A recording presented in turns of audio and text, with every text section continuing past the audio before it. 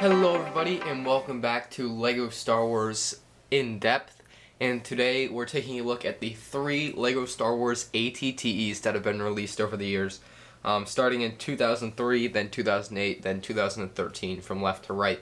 So let's go ahead and get started with the 2003 version. Set number 4482 was the first of the 3 larger ATTEs. There was a mini ATTE released in about 2009. And yeah, it was a poly bag. It really doesn't matter. But yeah, the first of the 3, it included 4 minifigures, had 658 pieces, retailed for $70, and had a price per piece of 9.877 cents per piece. This set was a lot lower built to the ground compared to the other sets. As you can tell, a minifigure doesn't even fit, as with the newer models. The minifigure would easily fit beneath this spot here. But yeah, the legs aren't as poseable really. They don't really move around as much. They just have this little pivot joint.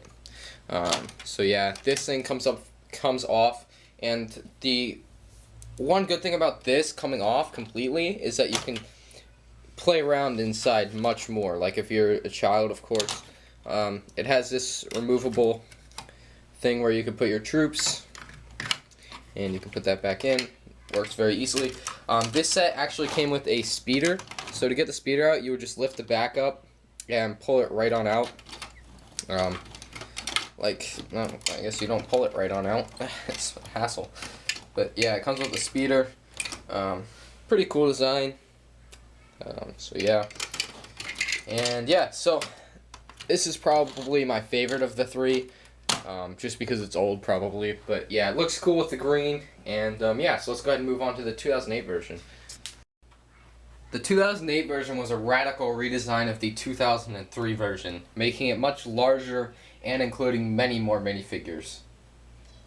The set released in 2008 included 798 pieces, 6 minifigures, retailed for $89.99, and had a price per piece of 8.771 cents per piece. As far as features go, it was much better. The legs especially could move much more fluently, as they had rubber bands, and they had a much more poseable gun. These flipped up, and this easily came down, and this could come in and out here, but I can't pull it out right now. It also had missiles under here, where if you push this up all the way, missiles would come flying out, which was cool. They were not flick fire, so that was nice. And there were many things that people could do to customize this set. Many people did customize this set to a very extreme extent, especially on the interior. But let me go ahead and show you one of the best features of this set. What you could do is you could remove this piece here, and you could move it down one spot. And by moving it down one spot, it allowed the set called the Republic Dropship to actually be able to carry this. Now I'm going to go ahead and demonstrate this for you here in a second. All you needed to do to allow the Republic Dropship to carry this model of the ATTE was remove the turret. Now, although many people were able to mod their 2002 version to allow it to be carried by the dropship, it was much harder. All you had to do with this one was move one piece down and take off the turret. So as you can see, I'm going to connect it here, and it should be able to carry it. So just like that, it's connected, and it's now being carried. So yeah, it's very awesome that you can do that. And yeah, so let's go ahead and move on to the 2013 model. As you can tell, the 2013 model was much thinner.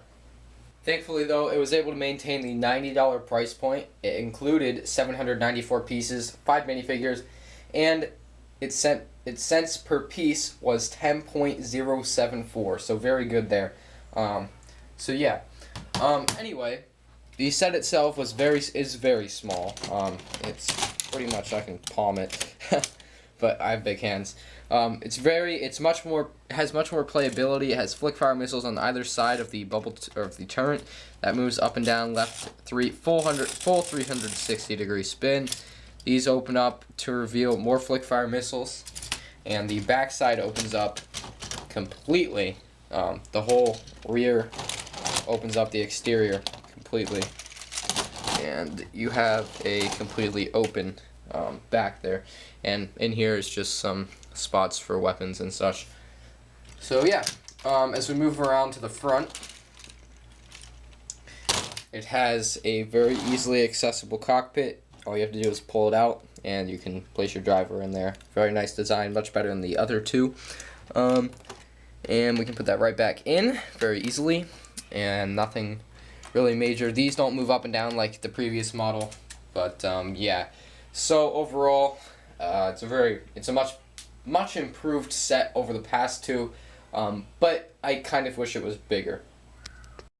Well, as you can tell, the 2008 model was a monster, much larger than the other two, height-wise and width and length, of course. But the 2013 model, I think, nailed the color scheme, while the 2003 model is probably just a fan favorite for its age, honestly. It's not as good as the others, but it's still, I think it's one of the cooler looking models. So that concludes this episode of LEGO Star Wars In Depth. I hope you did enjoy, and yeah, so next time we'll be doing the clone turbo tank, and I hope you guys did enjoy. I'll see you in the next episode.